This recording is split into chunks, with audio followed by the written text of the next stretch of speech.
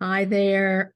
Do you ever notice that sometimes your conversations get old and dull and boring? It's like, Never. oh dear. So sometimes we just stay with really safe topics. So I'm Ruth Sharon, and I'm here with my lovely husband, Jim Sharon. Thank And you. we're learning a lot about communication. This has been a lifelong study.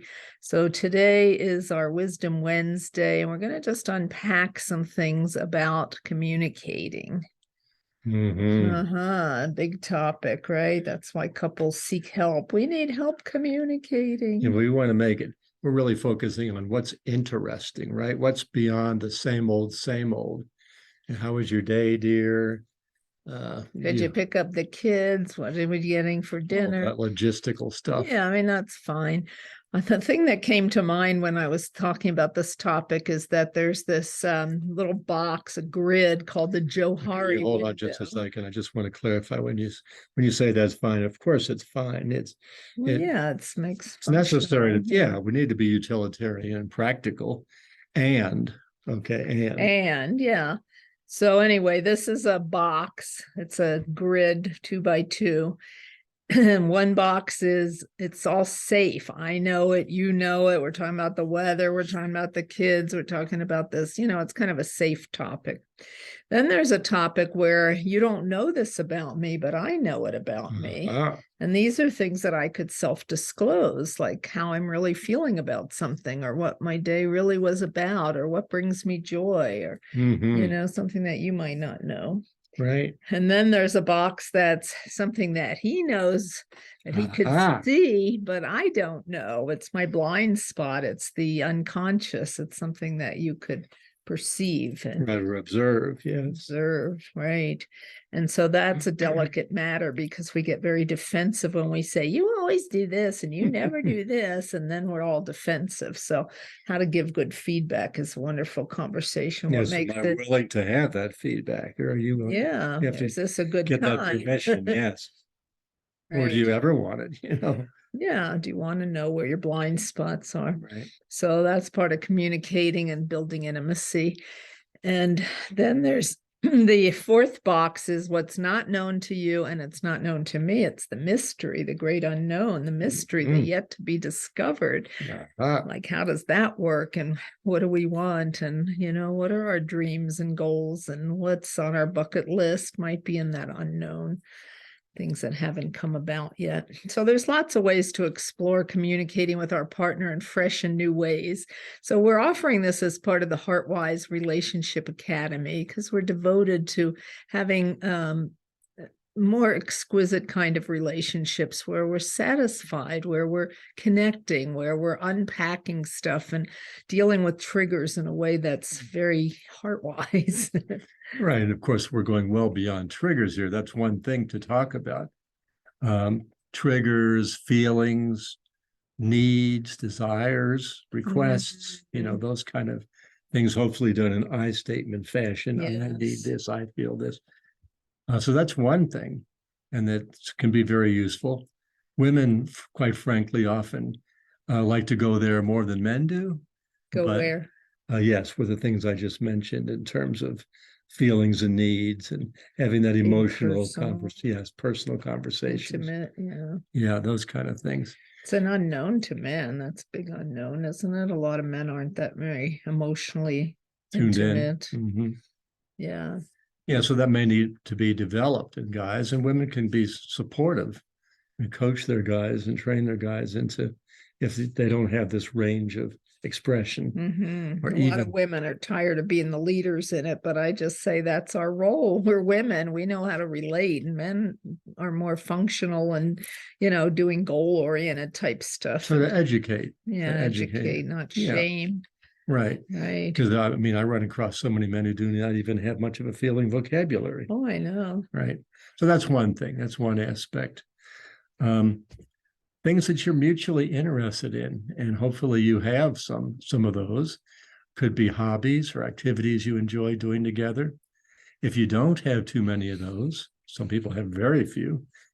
Yeah, I think it's really behooves you develop a few of those. That's a discussion in itself. Just brainstorm. Yeah. Exactly. What would we like? What kind of music do we both like? Or what kind of, do we like comedy clubs? Do we like skiing? Do we like hiking? What do we like to do? Because so much of our day to day is taken up with our tasks. Right. That's a conversation worthy topic in itself. Though, that's a great date night or date day activity. What do we enjoy today? What do we enjoy? Today I went to a women's luncheon and we had table talk.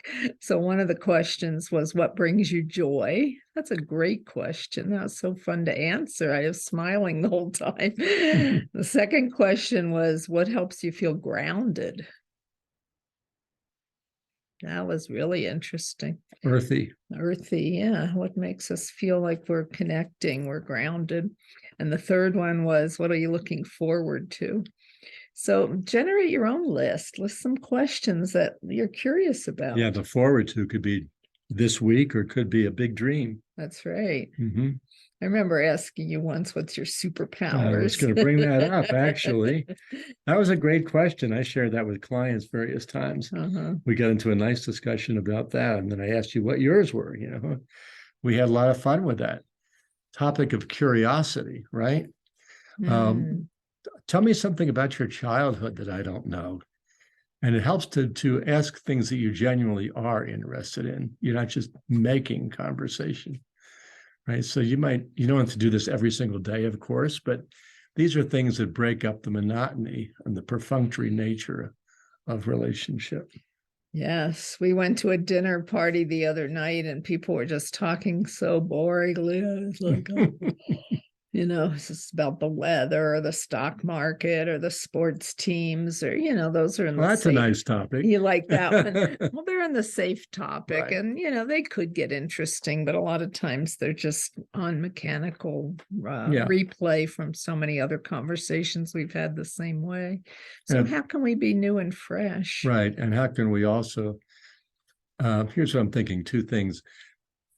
Find things that are of common interest.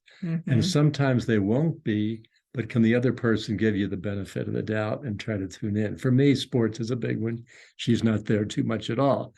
Something that's a little bit medium range, if I can use a funny expression, is current events. I like to pay attention to the 5:30 news and to be able to share some of that with Ruth. And she has some interest in that as long as she's not too tired from the day. We're bombarded with horrible news. That's too upsetting to my sensitive system. Especially right before dinner or during dinner. Right. Yeah, so timing is really important. A lot of times we're communicating in a way that just isn't at the right time. So I always like to say, are you available? Can you listen right now? I wanted to share something, or I have a question for you. Are you available? It's a respectful thing to do. Yeah, that really helps, because I know a lot of times if we're just throwing things this way and that way, it's not really considerate. Yeah. It's not very good communication. Yeah, so those are some ideas that we have of just up-leveling the communication so that there's more satisfaction, there's more connectedness. There's like, oh yeah, we're talking to each other, not just talking at each other. And then there's some interest. Hopefully that can be shared interest. That's what I meant by mutual. But sometimes it is an accommodation. Like, I know you're really interested in this, so I'll give you some listening, and I really will try to tune in and not go, And what's important to you about that? That's what I like to ask. When you tell me something, I say, what prompted you to share that? What's important about that for you? What does that mean to you? Or special. Yeah, it's hard for me sometimes to convince her that, hey, these sports really are. I mean, it's ballet. Sometimes that's difficult to convey. Well, you can enjoy it without me enjoying it, though. Yeah. Right. Yeah. The other thing I was going to say is that sometimes there's the listening to ourselves as well as listening to the other person. But if I start listening to myself and I'm like, oh yeah, I just sound like I'm doing that same thing over and over, and he'll point it out a lot, like, yeah, we've been around that one a lot. What else is there? So if I listen to myself and I'm like, have the same tone and the same intensity and the same pitch, it's a recording and I'm not getting my needs met. So I have to like shift it and have a different kind of communication so I could really say what I really have to say and get the response that I'm really looking for.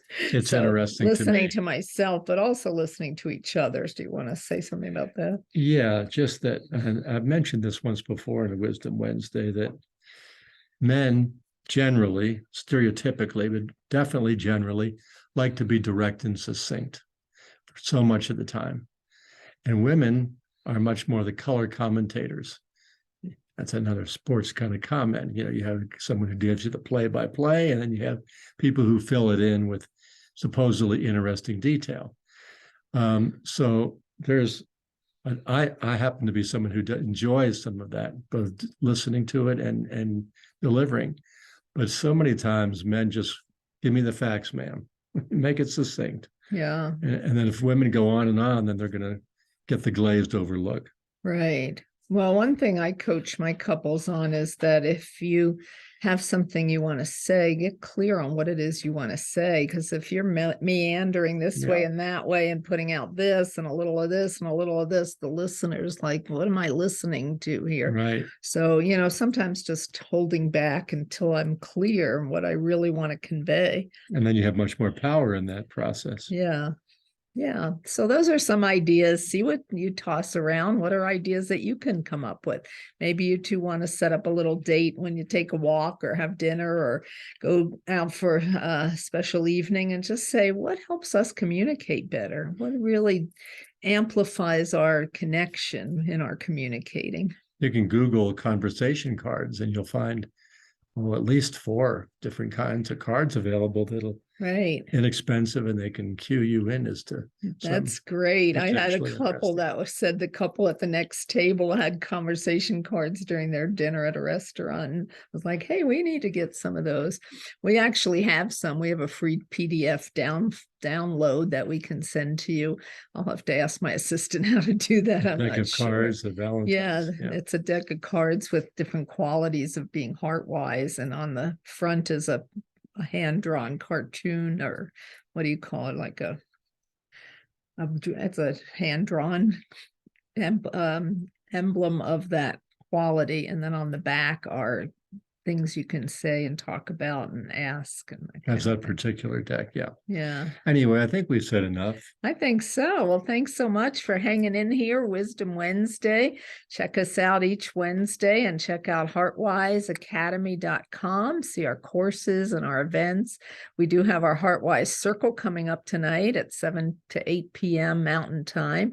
And we're going to toss around some more ideas about this. So if this is intriguing, join us tonight on Zoom. You can go to heartwiseacademy.com and go under events and find Heartwise Circle, and then you can join us. And you can find a lot of other previous Wisdom Wednesdays that we've done on YouTube. That's right. All right. Take good care. Thanks for being here. Be Heartwise. Everybody do that.